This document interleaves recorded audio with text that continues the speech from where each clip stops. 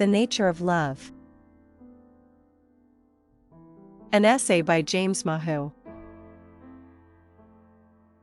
Question.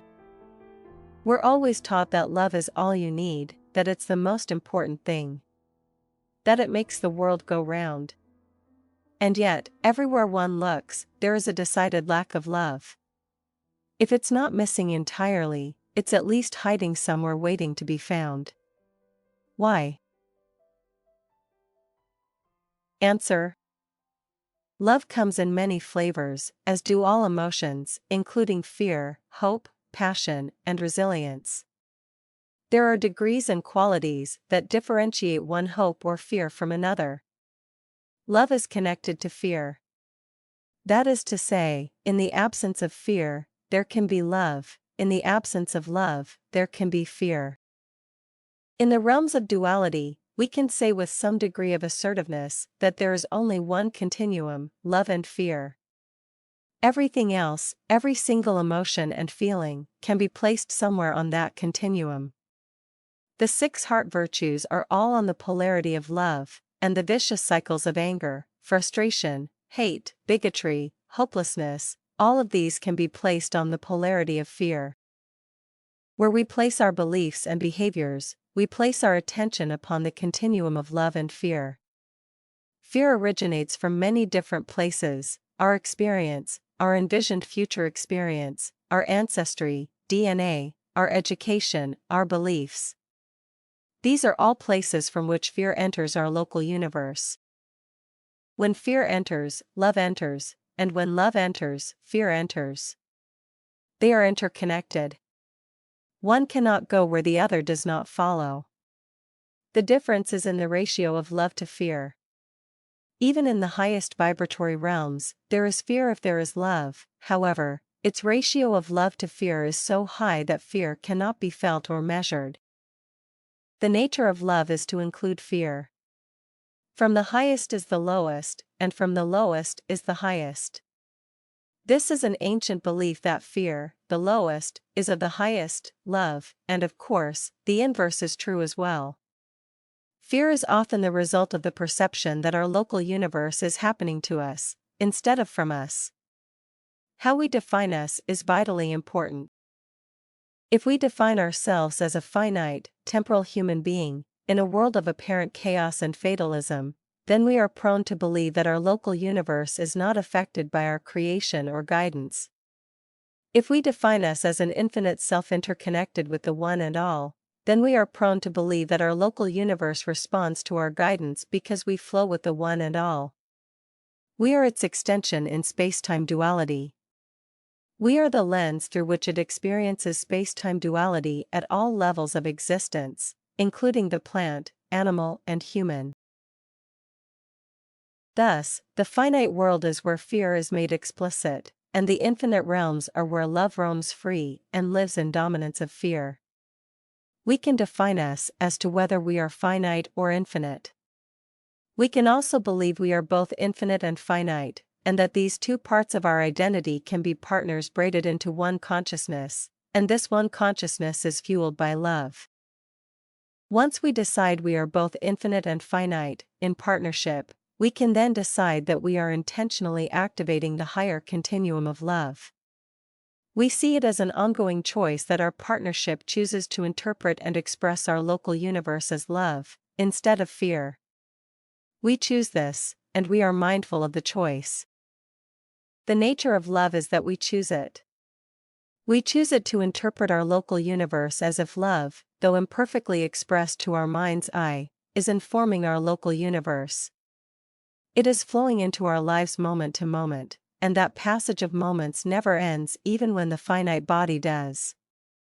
That is the nature of love. It always exists. It always follows us into the moment, like a shadow follows an object, even in darkness. To believe only in the finite is to believe in limitation. Why would we do that? Why would we choose to believe that after our finite, temporal body dies, we are, as a state of consciousness, dead, too?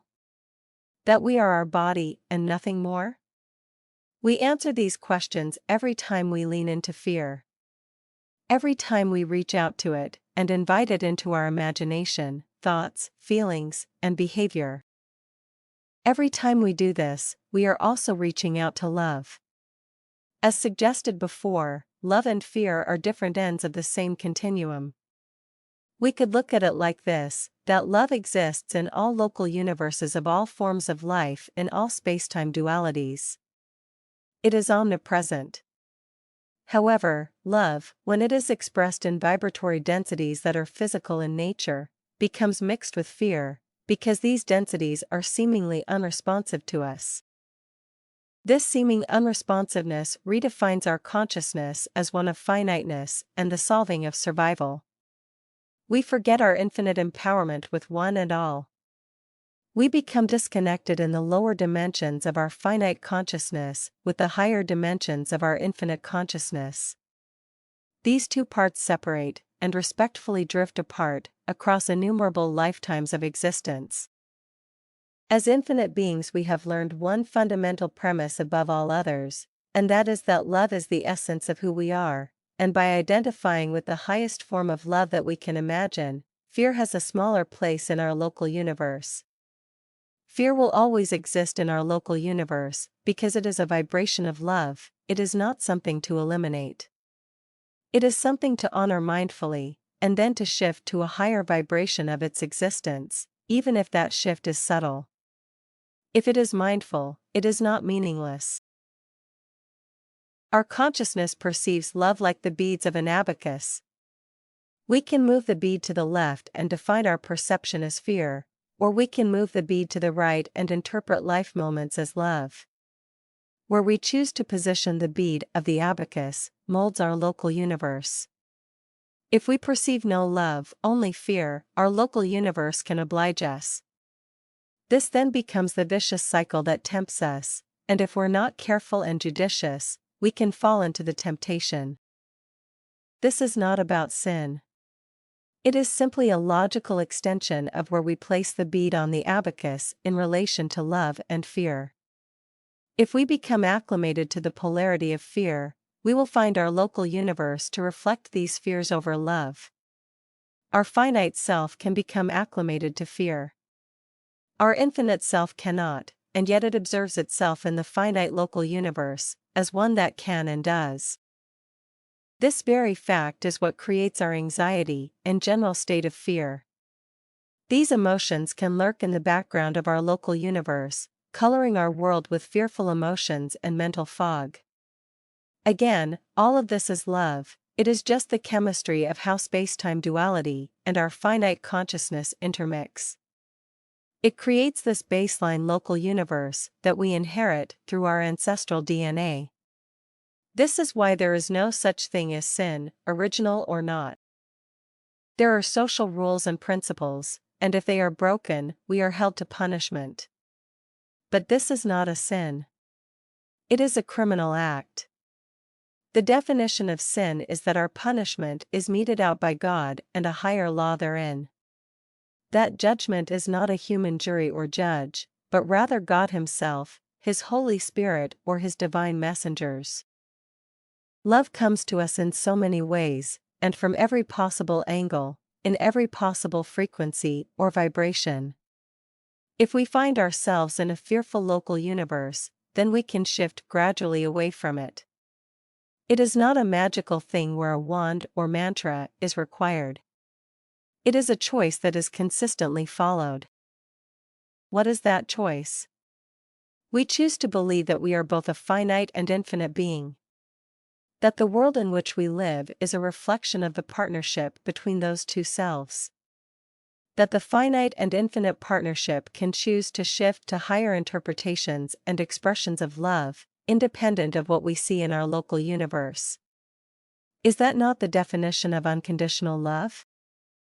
I have written many times that unconditional love is imperfectly expressed and interpreted. In an infinite multiverse of existence in which we all live, there is no absolute or perfection. There is only a vibratory elevation that we can bring into our local universe. It will be imperfect, but if it is done with a conscious sense of partnership within ourselves, and it is done to elevate the one and all, then it is a form of unconditional love. On the continuum of fear and love, unconditional love is the polarity of love and, as one would surmise, conditional fear is the opposite pole. One exists for the other. In a free will universe, we choose where we put the bead on the continuum. This choice is always internal. It echoes across all of our behaviors, forming our beliefs, and taking us by the hand to the world we have made. We want to realize this. This is when the nature of love unveils itself in an infinite multiverse within our imagination. This is the adventure we are all having, in our case, as human beings in the 21st century on Earth. Other life forms are doing the same thing, in their own way. We all live within our local universe, which intersect and overlap with others. In these areas of overlap, we can interpret them as the actions of another infinite self, reaching into our local universe, suggesting to us where we should place the bead on the abacus, hoping our hand moves the bead in the direction of imperfect, unconditional love. That is the nature of love.